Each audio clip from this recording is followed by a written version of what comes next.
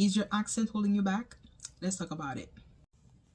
This video is for anybody who moved to a new city, moved to a new place, moved to a new country where English is not your first language. It's not your native language.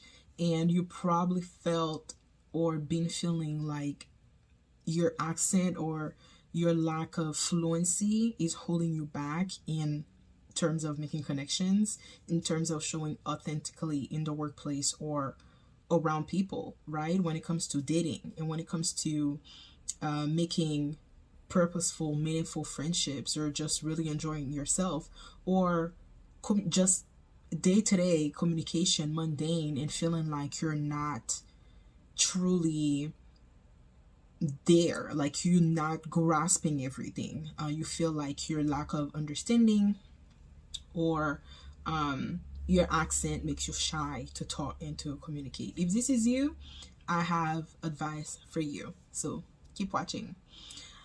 I've been there. Okay. First of all, you are not alone. Let me start off by validating because this is the story of so many people and it's crazy.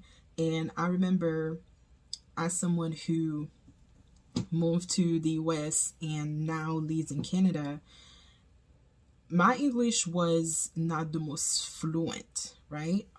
It became fluent over time, over the years as I studied. Sometimes I did feel like my accent was holding me back from being as open, holding me back from being as bubbly and confident as I could have been because of the language barrier. Sometimes I wouldn't be able to find the best ways to express myself, and so it would be limiting in a way.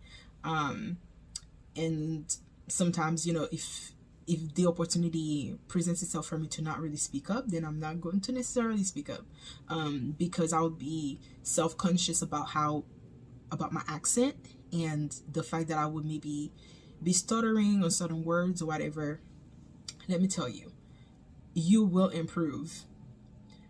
It is a process, and this is not your first language, right? So you might never in your entire life get to a point where you feel like you've mastered this language, because even native speakers do not master the language. But you have to get to a point where you're comfortable enough to authentically show up and express yourself, say what you gotta say, and not shy away from it, and it takes practice. It takes you embracing the language truly and doing some groundwork. Does that mean that you would have to actually study English? Then yes, so be it. Being around people that speak the language and speaks it well on a regular basis every single day will definitely help you to pick up the language and also build up that confidence. If you're an immigrant, recent immigrant, that is, because let's face it, most of the world is immigrant, okay? you have to be around people that speak the language that you want to speak, that you want to take on. If you mainly roll around with your friends or community, people that speak your native language, it'll limit you in the fluency of the other language that you're trying to speak. So for the sake of this video, I'm taking the example of English, but let's say you're trying to pick up Spanish or I don't know, Russian, Chinese, French, Portuguese, any other language.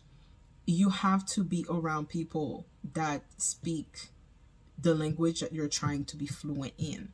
That'll have such an impact on you, and you will just over time find yourself being so comfortable to just speak, and you will be comfortable to express yourself, and you won't hold back, and it'll be fluent for you to organize your thoughts and to just say it exactly like you meant it without feeling like you're fumbling and like you're trying to organize your thoughts and there's a lot of buts and pauses, and like over time it'll get so much better.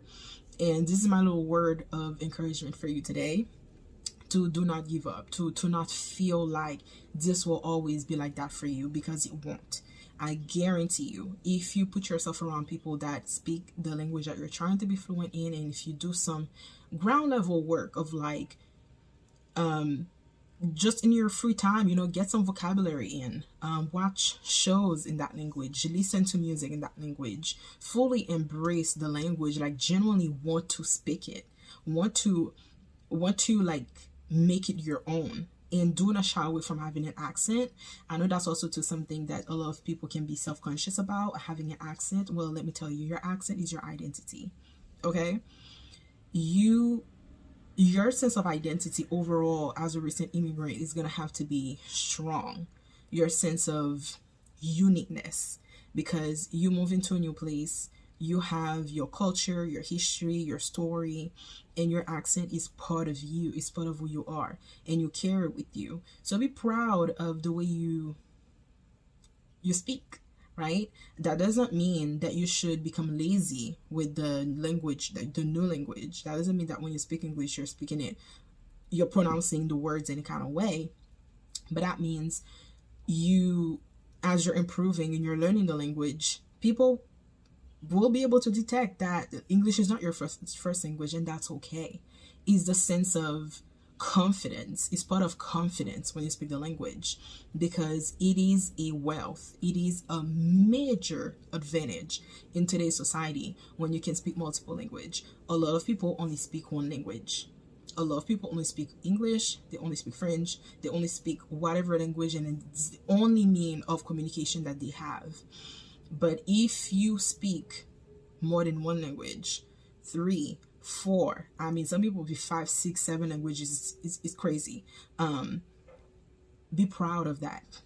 Be proud, and never allow someone to make you feel any kind of way about it or doubt yourself about it, because you have the upper hand. You have the advantage of being able to communicate with so many people around the world, and you should have confidence in that alone, and make the effort to also embrace the new language that you're trying to take on of your new residential area or whatever, and make the effort. You know what I mean? Make the effort. So that's it. Be confident, do the work, and I guarantee you, your accent would improve over time, and you will find it easier, to make connections and show up as your best self. Hope that helps. Until next time.